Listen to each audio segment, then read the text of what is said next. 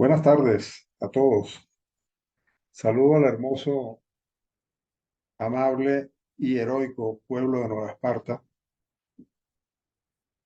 y a su gente, insulares y navegados de ida y vuelta, y de quienes conservo muy gratos recuerdos como estudiantes, colegas, amigos y anfitriones, excelentes toda la vida, de tantos años. Agradezco también a la profesora Magali Vázquez el haberme invitado a participar en estas jornadas en homenaje al profesor Delgado Salazar en la víspera del equinoccio de primavera de este año. Mi exposición, a diferencia de las que me han precedido, no versará sobre las reglas, las normas que regulan la responsabilidad penal de los adolescentes, sino sobre datos sobre el desempeño efectivo de este sistema de responsabilidad penal que hemos podido recabar a través de una investigación no centrada específicamente en el tema del proceso penal de los adolescentes, sino en las situaciones que condujeron al homicidio y las vivencias que experimentaron chicos homicidas jóvenes entre 14 y 17 años de edad, que fueron entrevistados en 2019 en una comisaría policial del estado de La Guaira y en el Servicio de Atención de Adolescentes, SEPINAMI, del estado Miranda.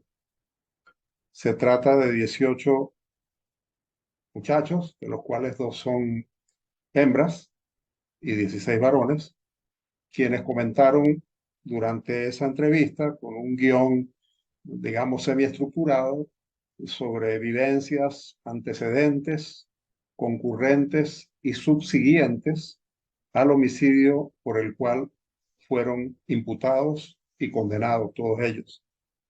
Y en el curso de los comentarios sobre el proceso penal, hacia el final de la entrevista, manifestaron algunas impresiones sobre cuál fue el procesamiento penal propiamente dicho, cómo se comportó la policía, qué pudieron apreciar el comportamiento de los fiscales y de los jueces que llevaron finalmente a la condena. Y después de revisar estos relatos, ¿verdad? Yo he llegado como a una conclusión preliminar en el sentido de que el proceso penal pareciera apuntar más a lo que un investigador británico hace ya más de 40 años llamó la proclamación pública de la culpabilidad antes que la determinación de la responsabilidad.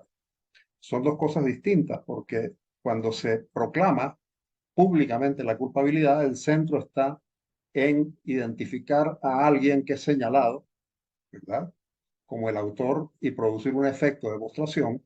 Ese sería el centro fundamental del procesamiento, mientras que cuando se habla de la determinación pública de la responsabilidad, vamos más bien hacia, digamos, las pautas que gobiernan ese proceso de investigación y determinación de la responsabilidad penal, siguiendo determinadas pautas procesales. Esta contraposición la hacía este investigador británico hace mucho tiempo, comentando la tensión que normalmente existe entre dos modelos distintos, lo que él llama el modelo, digamos, del debido proceso, que estaría centrado en esta determinación procesal de la culpabilidad, con reglas, procedimientos, con apego estricto a la legalidad, y por otro lado, un modelo que él llamaba de control del delito, que se centra fundamentalmente en identificar lo más rápidamente posible a un culpable y presentarlo públicamente como tal.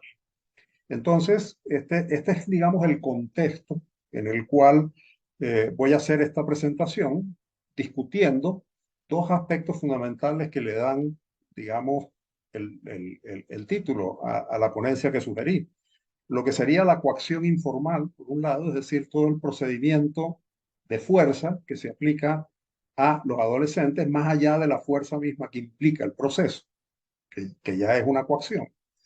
Y por otro lado, lo que sería la construcción, digamos, de la responsabilidad final a través fundamentalmente de la figura de la admisión de los hechos, que, como ustedes saben, es una figura reciente, relativamente reciente en Venezuela, introducida con el Código Orgánico Procesal Penal en el país en 1998 y trasladada después a la Ley Orgánica de Protección de Niños, Niñas y Adolescentes y a la parte de responsabilidad del sistema de responsabilidad penal de los adolescentes, con muy pocas variantes, es decir, prácticamente adoptando los mismos principios del Código de Procedimiento Penal. Entonces voy a hablar en un primer momento de esta parte de la coacción, que es una coacción fundamentalmente policial y que yo he llamado informal, que no se adapta, digamos, a los protocolos de intervención policial aprobados y vigentes en Venezuela para la policía desde hace, por lo menos, desde el año 2008, con la reforma policial, y que pareciera haber sido, en lo que se refiere al uso de la fuerza, relativizada o abandonada muy pronto, ¿eh? Por factores que en este momento no es pertinente discutir, pero que sería parte también de una discusión más amplia sobre lo que voy a presentar.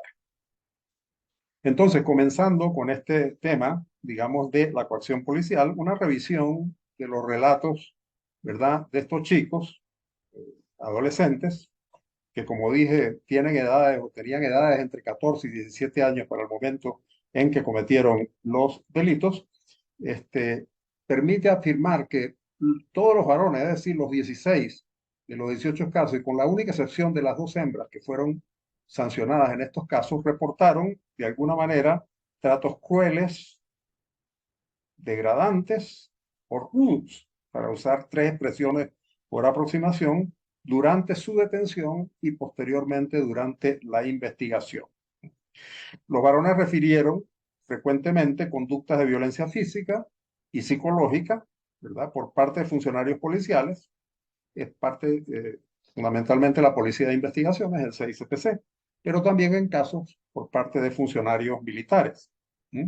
Y las narraciones que pudimos obtener sugieren que se aplican mecanismos institucionalizados, ¿verdad?, para ejercer, o sea, que los mecanismos institucionalizados para ejercer contrapeso o control de esta violencia prácticamente no se aplican.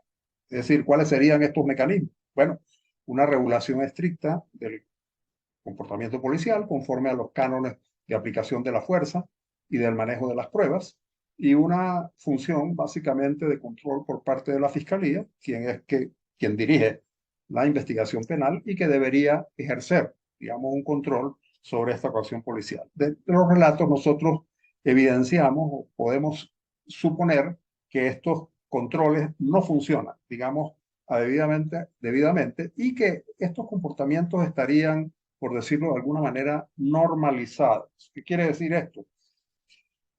Es decir, recurren con frecuencia, se consideran ya prácticamente usuales y se incorporan, digamos, a las rutinas del enjuiciamiento penal o del procesamiento penal de estos adolescentes.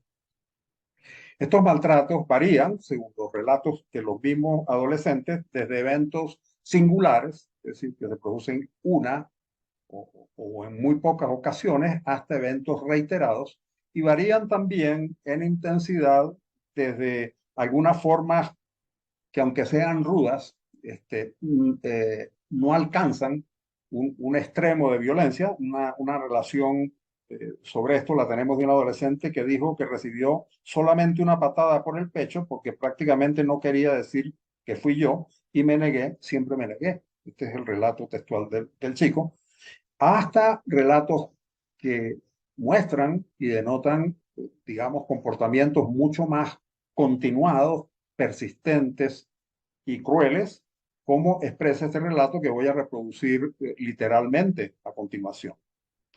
Dice el chico, ¿verdad?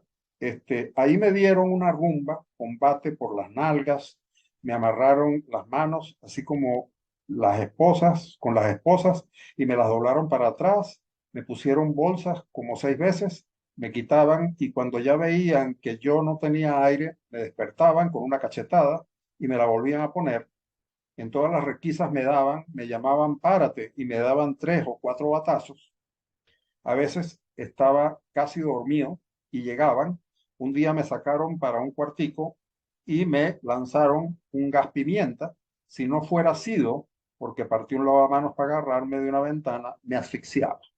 Entonces, en esta narración se ve que hay un proceso de aplicación de la coacción totalmente ilegal, informal, en forma continuada para obtener lo que más adelante discuto como una autoinculpación, que sería la base para el establecimiento de la responsabilidad.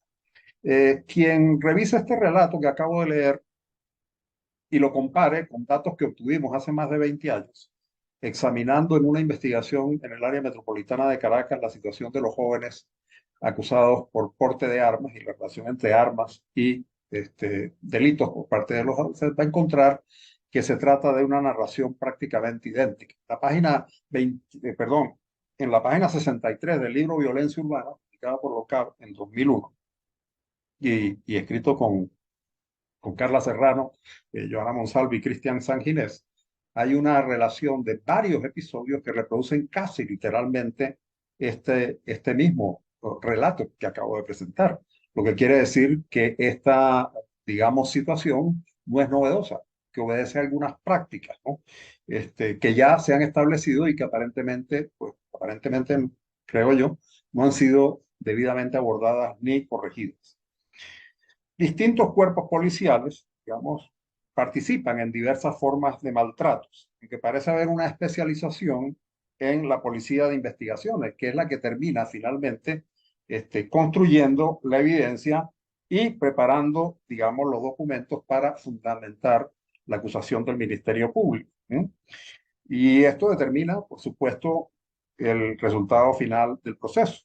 Al menos 50% de los adolescentes entrevistados en este caso narraron episodios que incluyen combinaciones de batazos, agentes irritantes como gas pimienta, insecticida, electricidad y asfixia. ¿Mm? Se aplica este uso combinado, alterno y progresivo hasta lograr una autoinculpación, ¿verdad?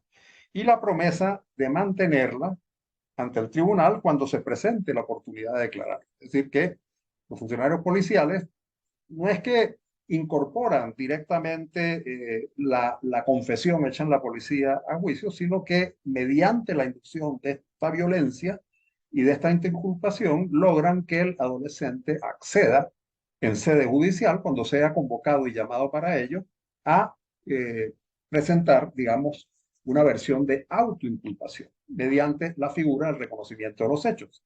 Y me parece que este otro relato, que voy a leer también literalmente, es muy ilustrativo de todo este proceso.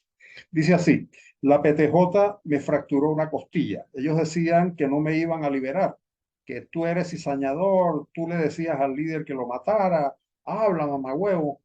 Y entonces después me dijeron que me pusieron una venda, una bolsa, y como la broma esa con la que se mata las cucarachas es el baigón, después me daban por aquí, luego por arriba y me decían por qué iba a decir o qué iba a decir yo en los tribunales. ¿Qué vas a decir? ¿Que los funcionarios te pegaron? Y yo le iba a decir que sí, pero iba a decir que sí, pero me daban a dar más duro. Entonces yo dije, no, no, no. Y allí me sacaron para una silla, me pusieron en la silla esperando y al día siguiente me subieron a los tribunales. Entonces, este relato ilustra claramente que hay una óptica funcionarial para lograr la autoincriminación mediante el uso de la violencia y, por supuesto, la presión es para que el chico imputado, cuando llegue al tribunal, diga que no, que lo trataron bien y que él está confesando por su propia voluntad. Entonces, el relato es muy completo e ilustra todo ese proceso en una forma, digamos, muy clara.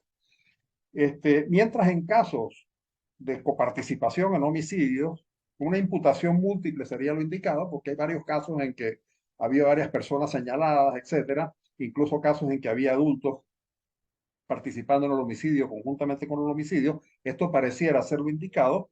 Parece bastar con afincarse en el candidato más factible para resolver el caso.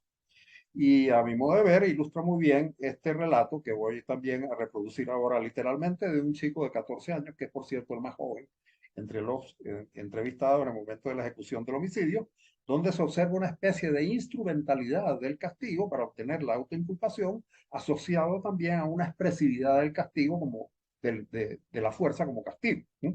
Entonces, reproduzco literalmente también aquí. Nos agarraron a los cuatro. Nos tenían en la municipal, después nos llevaron para la Lobna y de la Lobna nos soltaron.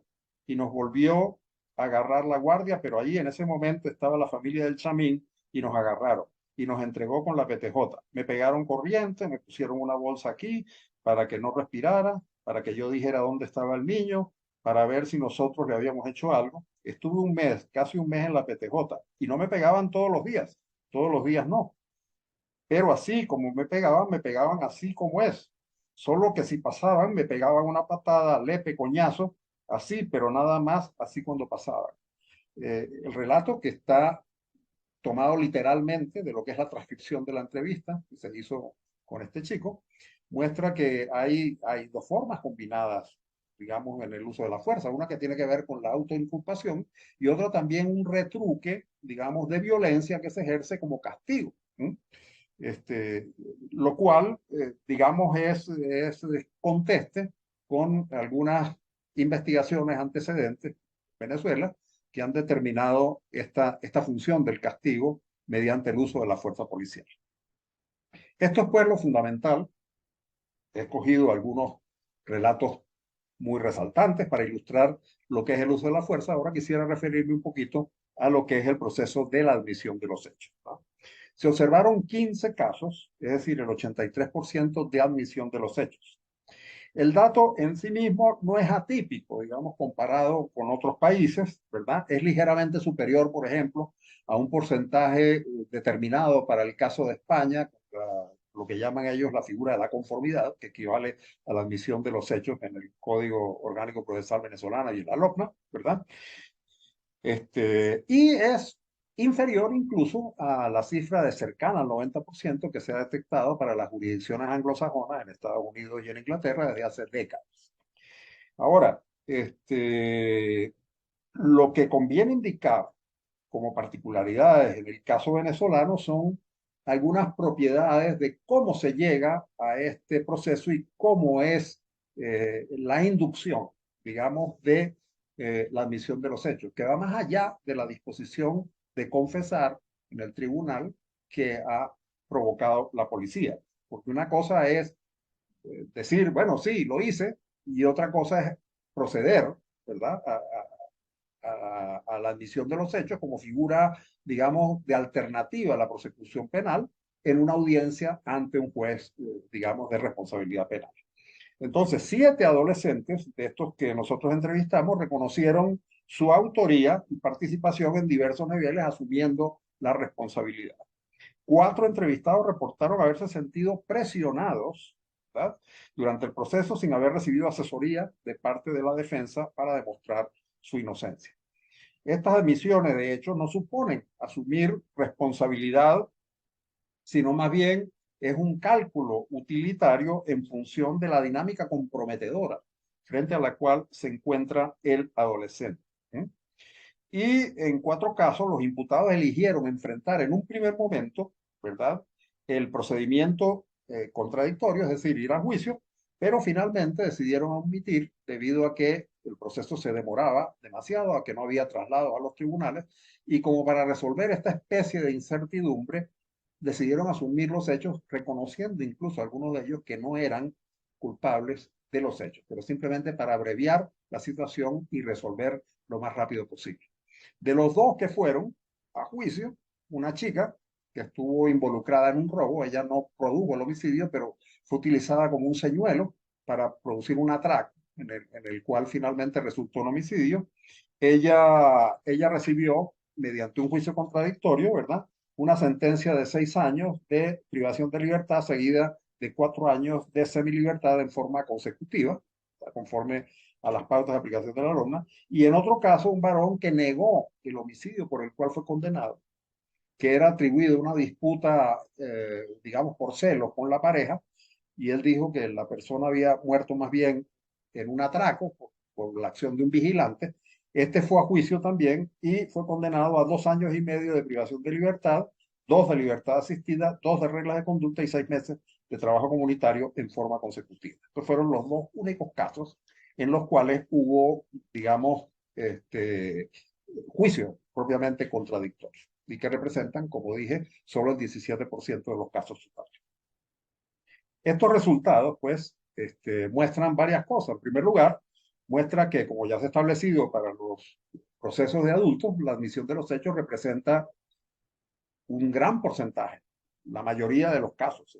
Los adultos se ha estimado que es aproximadamente las 3/4 partes, según datos del Consejo Penitenciario en 2011 y otras investigaciones que hemos podido hacer también, pero en el caso de los adolescentes sube a quizás a las 4/5 partes, es decir, aproximadamente el 80% de los casos son decididos de esta manera. Habría que proseguir la investigación a ver si está constante, porque estamos haciendo una inferencia solo con 18 casos observados en los estados Vargas y Miranda, pero podría ser interesante verificar si esta proporción se defiende. Y más allá de la proporción de los casos, emergen en los relatos, ¿verdad? Mecanismos informales, ¿verdad? Como imputaciones por extensión o por asociación, presiones combinadas de agentes que son independientes dentro del proceso penal, como son los fiscales y los jueces, que parecieran conjugarse o confluir en una especie de sinergia para producir, digamos, la admisión de culpabilidad y resolver de esta forma, en la manera más expedita, el proceso penal final.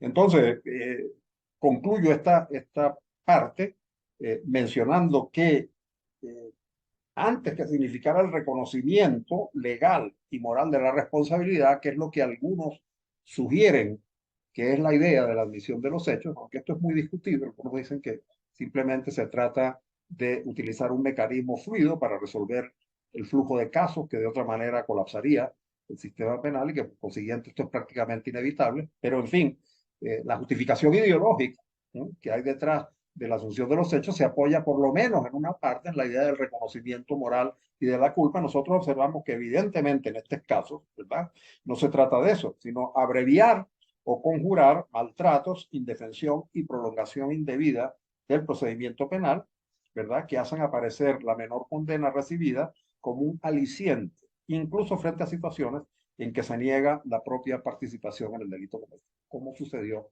en algunos casos. Entonces, bueno, para irnos acercando a una visión de conclusión, por lo menos preliminar sobre esto, yo diría que los relatos de los adolescentes entrevistados pueden ser condensados en torno a las siguientes apreciaciones fundamentales. Primero, en cuanto a la participación de la policía en la fase de investigación, una impresión generalizada de maltrato físico y psíquico, ¿no?, incluyendo formas de castigo que se manifiestan tanto en la instrumentalidad para obtener la autoinculpación como en una finalidad expresiva, ¿m?, de censura y denigración, incluso fomentada probablemente por la percepción de los adolescentes como débiles, desprestigiados o moralmente devaluados. Hay mucha literatura sobre el uso instrumental y expresivo de la violencia policial. Este no sería el momento para extendernos sobre eso, pero los resultados que obtenemos son concordes o concuerdan de alguna manera con investigación antecedente. Por eso creo yo que cobra de este modo fuerza la interpretación sustentada en diversos estudios anteriores en Venezuela de que la fuerza policial excesiva funciona muchas veces como un castigo sustitutivo o complementario del proceso penal con fuerte comportamiento, con fuerte, digamos, componente expresivo.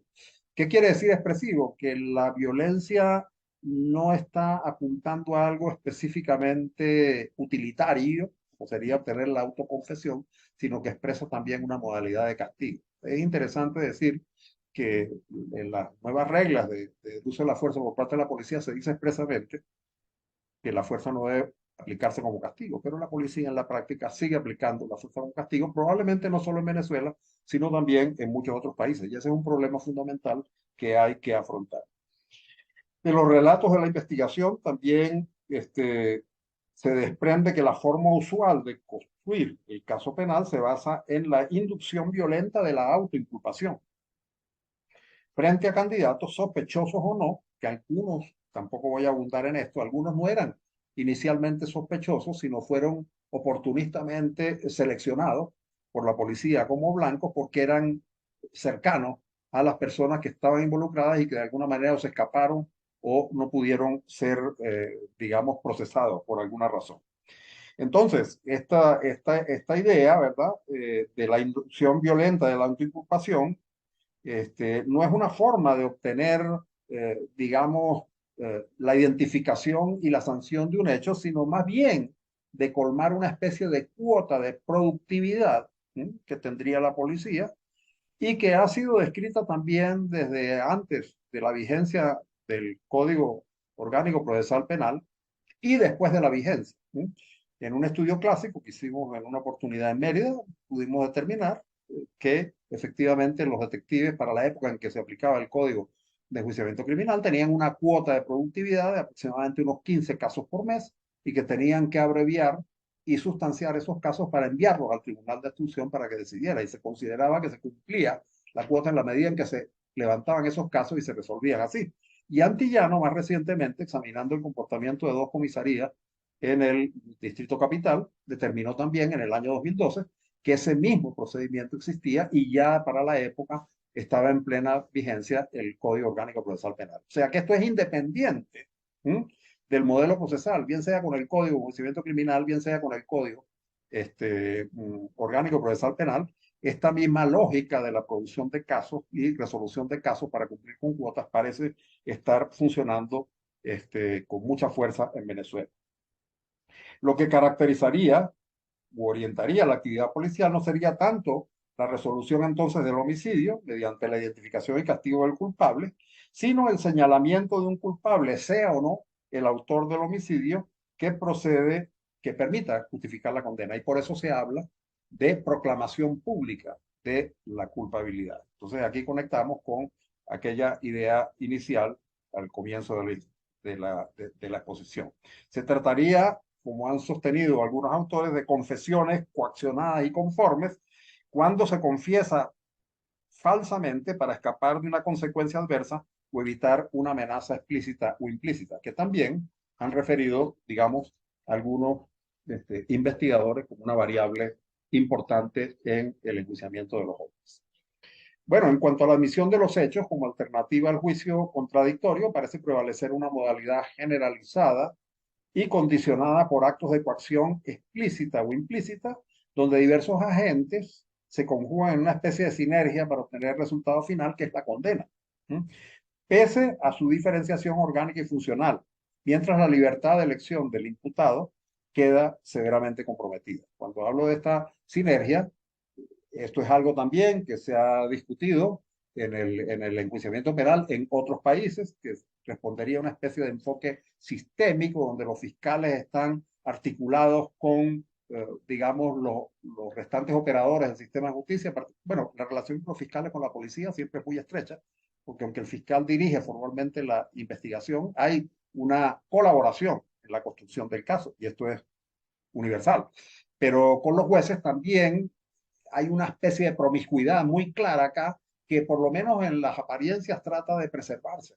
En otros países diciendo que el juez es un árbitro imparcial. Lo que vemos acá es que el juez colabora directamente con los fiscales y se agrega al propio abogado defensor para promover la admisión de los hechos, lo cual implica algo, digamos, que es indebido conforme a las reglas procesales que definen roles independientes. El juez es un tercero imparcial que no debería fomentar la admisión de los hechos, sino estar pendiente de si se va a presentar o no. Hay toda una discusión también sobre esto en otros países, y aquí parece haber una conjugación muy estrecha entre estas funciones, una confusión, digamos, de funciones que viola, digamos, los protocolos y la formalidad de las reglas procesales. La admisión de los hechos, pues, debería mantener lo que yo he llamado una condición protocolar y formal, es decir, que se hace estrictamente con sujeción a las reglas, que deba responder a una elección racional del imputado que calcula, evidentemente, el costo-beneficio según ha cometido o no el hecho, según está dispuesto o no, pero que no es inducida